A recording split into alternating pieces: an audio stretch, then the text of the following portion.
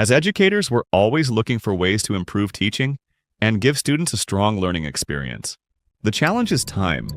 Creating high-quality materials takes a lot of it. GenAI can help speed up tasks like building slides, creating visuals, or producing variations, but we still need to think about ethics and check the accuracy of what we use.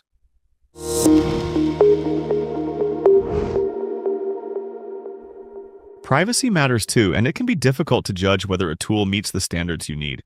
So, where do you start? A practical option is to use GenAI tools that are integrated into software provided by your institution. Especially in Europe, these tools are often vetted for privacy compliance. It's worth checking what your institution already offers. Two quick examples. At the University of Amsterdam, a lecturer used GenAI to create lecture slides more efficiently. The goal was to spend more time with students, but some students criticized it as less effort. His takeaway is simple. If AI saves you time, make the benefit visible to students. Show where that time goes. At FAU, a lecturer used GenAI to create podcasts for a basic statistics course.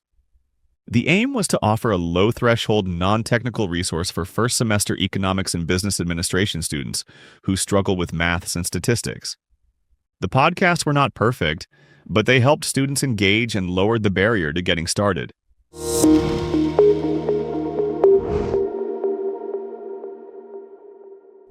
So what's the bottom line? GenAI can enhance lecture materials and improve efficiency. But ethics, privacy, and content validation remain essential. And students should feel that AI is being used to support their learning, not as a shortcut.